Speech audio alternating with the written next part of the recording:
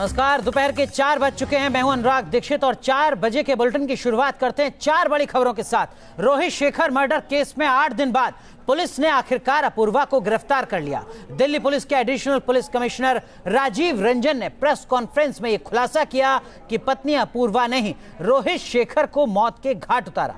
Police का दावा है कि अवैध संबंधों के चलते इस हत्याकांड को अंजाम दिया गया। वहीं चौथे चरण के रण में पीएम मोदी से अक्षय कुमार ने बातचीत की। इस अनोखे इंटरव्यू में पीएम नरेंद्र मोदी ने कई राज खोले। वहीं भोपाल में बीजेपी उम्मीदवार साध्वी प्रज्ञा की उम्मीदवारी का रास्ता साफ हो गया। एनआईए कोर्ट ने उम्मीदवारी पर रोक से इनकार कर दिया है। वहीं प्रियंका गांधी वाड्रा ने यूपी के महोबा में आज रोड शो किया। तो 4 तस्वीरें आपके सामने आज की 4 बड़ी खबरों की।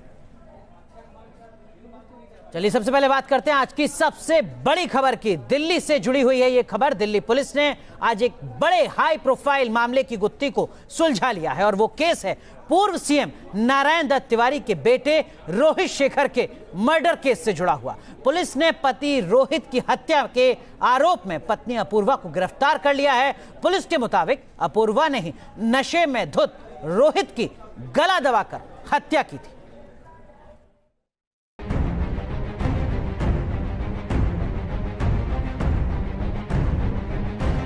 रोहित मर्डर केस में पहली बड़ी गिरफ्तारी।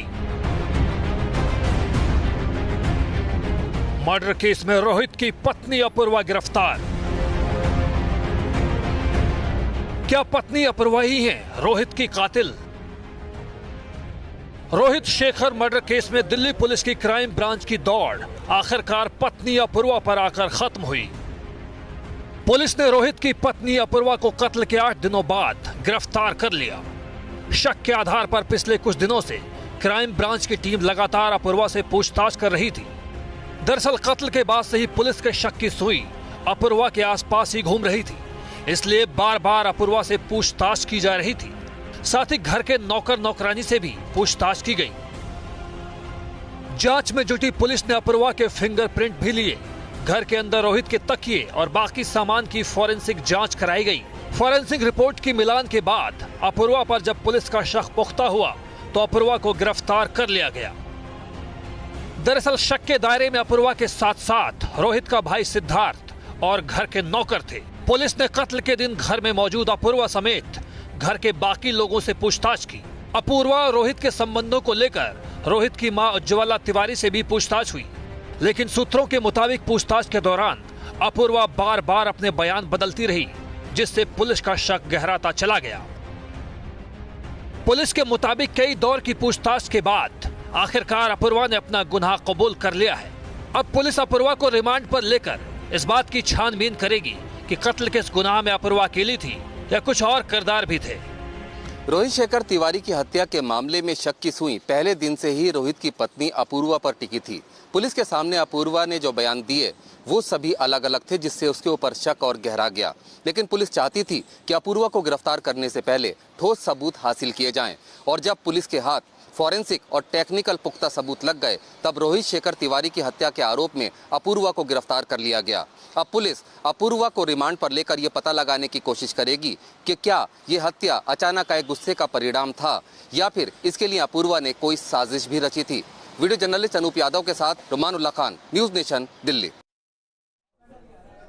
और इस पूरे मामले को लेकर दिल्ली पुलिस ने क्या कुछ कहा है, सुनवाते हैं आपको। 4 दिन तक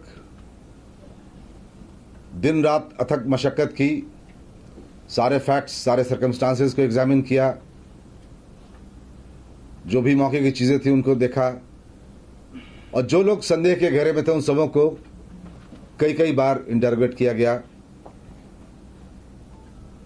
फाइनली ये इंटरोगेशन और जब सारे पीसेस जुटाए गए साथ साथ, तो यह स्पष्ट हो गया कि उनकी वाइफ अपूर्वा शुक्ला तिवारी ने उनकी गला घोट करके और मुंह नाक बंद करके उनकी हत्या की। उनको आज सुबह गिरफ्तार कर लिया गया है और फर्दर इन्वेस्टिगेशन अभी चल रही है।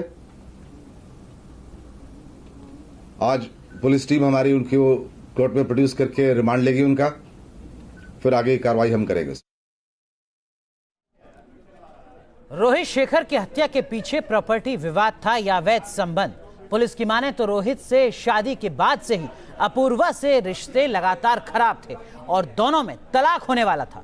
हालांकि पुलिस इस नतीजे पर नहीं पहुंची है कि इस हत्या को सुनियोजित माना जाए, साजिश माना जाए या अचानक तैश में आकर ये की गई वारदात है। क्या रोहित को अवैध संबंध ने मारा? क्या प्रॉपर्टी पर कब्जे की लड़ाई में रोहित की हत्या हुई?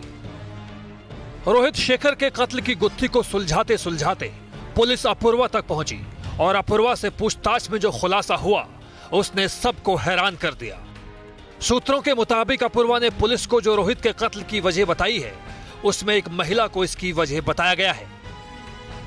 जांच में सामने आया है कि शादी के बाद से ही रोहित और अपूर्वा के बीच तनाव रहता था। प्रॉपर्टी को लेकर अपूर्वा रोहित से नाराज रहती थी।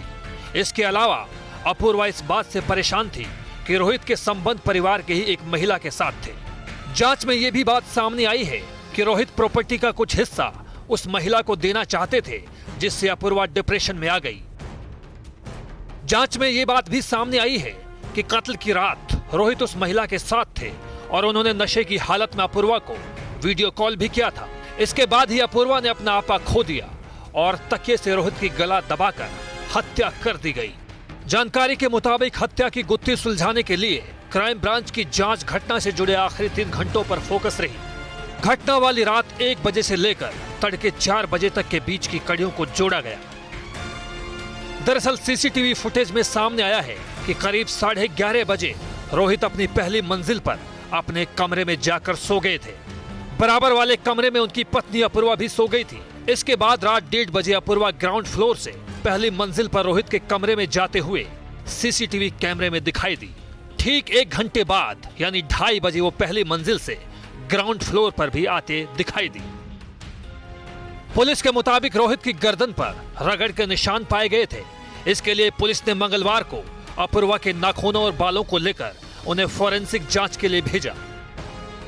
क्राइम ब्रांच सूत्रों के मुताबिक रोहित की कॉल डिटेल से पता चला है कि वारदात के बाद रोहित के मोबाइल से आखिरी बार एक महिला को कॉल की गई।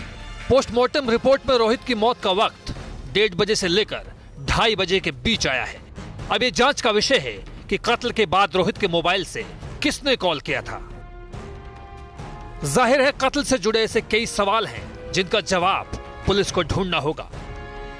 दिल्ली से रुमानुल्लाह खान के साथ टीम न्यूज नेशन। चलिए अब बात करते हैं आज की दूसरी बड़ी खबर की, जो नरेंद्र मोदी के इंटरव्यू से जुड़ी हुई है। चुनावी मैच में भले ही पीएम मोदी और ममता बनर्जी आमने सामने हो, लेकिन असल जिंदगी में रिश्ते मधुर हैं। इसका खुलासा खुद प्रधानमंत्री नरेंद्र मोदी ने किया। फिल्म स्टार अक्षय कुमार के साथ खास मुलाकात में पीएम मोदी ने इसका खुलासा किया कि ममता बनर्जी उन्हें हर साल कुर्ते और बंगाली मिठाई गिफ्ट किया करती हैं।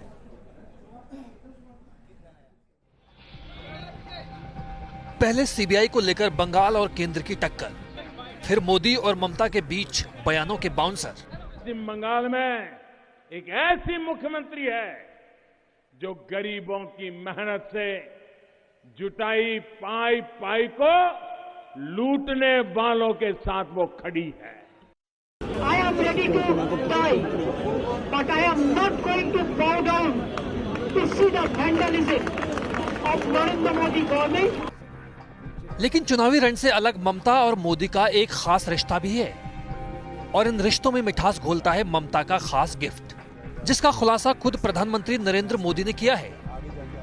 फिल्म स्टार अक्षय कुमार के साथ खास मुलाकात में पीएम मोदी ने कहा कि ममता दी आज भी साल में 1-2 बार उन्हें गिफ्ट के तौर पर 1-2 कुर्ते भेजती हैं। आपको हैरानी होगी और वैसे मैं ये बोलूंगा तो चुनाव में मेरा नुकसान भी हो सकता है लेकिन ये ममता दीदी साल में आज भी मुझे 1-2 कुर्ते खुद सिलेक्ट करने जाती है और मेरे लिए 1-2 कुर्ते भेजती है। सियासत और चुनाव प्रचार में भले ही मोदी और ममता के बीच खटास हो, लेकिन असल जिंदगी में मिठाइयों की मिठास है। वो मिठाई भी बांग्लादेश के प्रधानमंत्री हैं शेख हसीना जी, तो मेरा दौरा हुआ तो ऐसे ही बंगाली मिठाइयों की चर्चा चली, तो आज भी वो साल में 3-4 बार कोई न कोई बंगाली नई मिठाई होगी तो स्पेशली ढाका से मुझे भेज देती। अच्छा, वहाँ से। हाँ, स्पेशली बड़ा आग्रह करके। तो ममता दीदी को पता चला तो वो भी साल में 1-2 बार मेरे लिए कुछ न कुछ बंगाली मिठाई जरूर भेज देती है। प्रधानमंत्री मोदी की माने तो ममता दी हर साल उन्हें बंगाली मिठाइयों का तोहफा भेजती हैं। कहते हैं सियासत में लंबे वक्त तक ना तो कोई दोस्त होता है और ना ही दुश्मन। यही वजह है कि राजनीति के रण में एक दूसरे के खिलाफ जंग लड़ने वालों का मैदान से बाहर का रिश्ता पूरी तरह से जुदा होता है, जो इस मुल्क के लोकतंत्र की ताकत भी है। Team news nation. उधर उत्तर प्रदेश की भी बात करेंगे, लेकिन पहले बात करते हैं प्रधानमंत्री नरेंद्र मोदी की। झारखंड और पश्चिम बंगाल में विरोधियों पर लगातार प्रधानमंत्री नरेंद्र मोदी वार कर रहे हैं। साथ ही ममता बनर्जी को विकास का स्पीड ब्रेकर बता रहे हैं। 2014 से पहले भारत भी तो इसी स्थिति से गुजरता था। पाकिस्तान आतंकी भेजता था, आतंकी यहां पर हमले करते थे और जो कांग्रेस की सरकार थी वो रोना शुरू कर देती थी। रोते हुए डर डर करके, क्या डर डर करके आतंकवाद का मुकाबला हो सकता है क्या? डर डर करके आतंकवाद से लड़ा जा सकता है क्या? साथियों, पाकिस्तान को उसी की भाषा में जवाब यही आपके चौकीदार की सरकार ने किया है। लोग मिलीजुली सरकारों में खुद को प्रधानमंत्री देख लेते थे, दिन में 10 बार चेहरा शीशे में देखते थे और शीशे पर लिख करके रखते थे पीएम, और सोचते थे हाँ ये मेरे लिए लिखा हुआ है। ये इनके सपने चूर हो गए। वो ज्यादा उछल उछल कर करके, अरे जो अपनी विधानसभा की चुनाव बचा पाने की ताकत नहीं रखते हैं, वो अब ईवीएम को गालियां देना शुरू कर दिया है। चलिए बात उत्तर प्रदेश की करते हैं, जहां अकबरपुर में बीएसपी अध्यक्ष मायावती ने रैली की और विरोधियों पर जमकर हमला बोला। कांग्रेस और बीजेपी को दलितों का दुश्मन करार दिया। और अब वर्तमान में देश में लोकसभा के लिए हो रहे आम चुनाव में भारतीय जनता पार्टी भी केंद्र में अपनी सरकार की रही, खासकर आरएसएसवादी, पूंजीवादी, संकीर्ण, सांप्रदायिक, द्वेषपूर्ण व जातिवादी गलत नीतियों एवं गलत कार्य प्रणाली की वजह से इस बार ये पार्टी भी केंद्र की सत्ता से जरूर बाहर चली जाएगी। और अब इस चुनाव में इनकी कोई भी नाटकबाजी व जुमलेबाजी आदि काम में आने वाली नहीं है। और इस मामले में खासकर इनकी चौकीदारी की ये नई नाटकबाजी भी इनको नहीं बचा पाएगी। चाहे इस चुनाव में इनके सभी छोटे बड़े चौकीदार भी मिलकर अपनी कितनी भी ताकत क्यों ना लगा लें। कि आजादी के बाद सबसे पहले केंद्र में व देश के अधिकांश राज्यों में भी ज्यादातर सत्ता यहाँ कांग्रेस पार्टी के हाथों में ही केंद्रित रही है। किंतु यहाँ खास ध्यान देने की बात यह है कि कांग्रेस पार्टी के केंद्र में व अधिकतर राज्यों में भी लंबे अरसे तक रहे शासनकाल में इनकी अधिकांश रही गलत नीतियों व गलत कार्य प्रणाली की वजह से ही फिर इस पार्टी को केंद्र व काफी राज्यों की भी सत्ता से बाहर होना पड़ा है। वहीं उत्तर प्रदेश के मुख्यमंत्री योगी आदित्यनाथ ने आज उत्तर प्रदेश के चंदौली में चुनावी रैली की। सीएम ने लोगों से ज्यादा वोट की अपील की। वहीं कहा कि अगर नरहुआ और रवि किशन जीते तो पूर्वी उत्तर प्रदेश को फिल्म सिटी का तोहफा मिलेगा। तो मोदी सरकार बनाने के लिए हम सबको चाहिए कि कमल चुनाव चिन्ह पर पड़ने वाला एक एक वोट चाहे चंदौली हो, वाराणसी हो या देश के अंदर जहां कहीं भी लोकसभा के चुनाव होने हैं, आपके नातेदार, रिश्तेदार, मित्रगण, शुभचिंतकगण सभी कोई न कोई परिचित देश में रहता होगा, जहां कहीं भी रहता होगा। आज के संचार क्रांति का उपयोग करते हुए मोबाइल फोन से उसे भी कहने की आवश्यकता है कि फिर एक बार एक संदेश आपका मोदी जी के नाम पर पूरे देश को सुरक्षित भी करेगा, पूरे देश को समृद्ध भी करेगा, एक भारत श्रेष्ठ भारत की परिकल्पना को भी साकार करेगा और भारत को दुनिया की महाशक्ति के रूप में भी स्थापित करेगा। हम तो भोजपुरी कलाकारों को इस बार चुनाव लड़ा रहे हैं, एक को आजमगढ़ को, एक को गोरखपुर से, और मुंबई से पकड़ के लाए हैं इनको, जबरदस्ती लेके आए हैं कि मुंबई बहुत हो गया भाई, चलो पूर्वी उत्तर प्रदेश के लिए भी कुछ करो, इन नौजवानों को भी कुछ करो। अब जब ये दोनों कलाकार सांसद बनेंगे तो पूर्वी उत्तर प्रदेश में भी फिल्म सिटी बन सकती है और यहां पर भी बहुत सारे निरूपण निकलते हुए दिखाई देंगे। इन कलाकारों को आगे बढ़ाने और इनके माध्यम से यहां के नौजवानों के अंदर जो नैसर्गिक प्रतिभा है, उस प्रतिभा को आगे बढ़ाने के लिए ही इस कला को एक मंच भारतीय जनता पार्टी ने दिया। चलिए यहां रुक रहे हैं कुछ देर के लिए, तुरंत हाजिर होते हैं।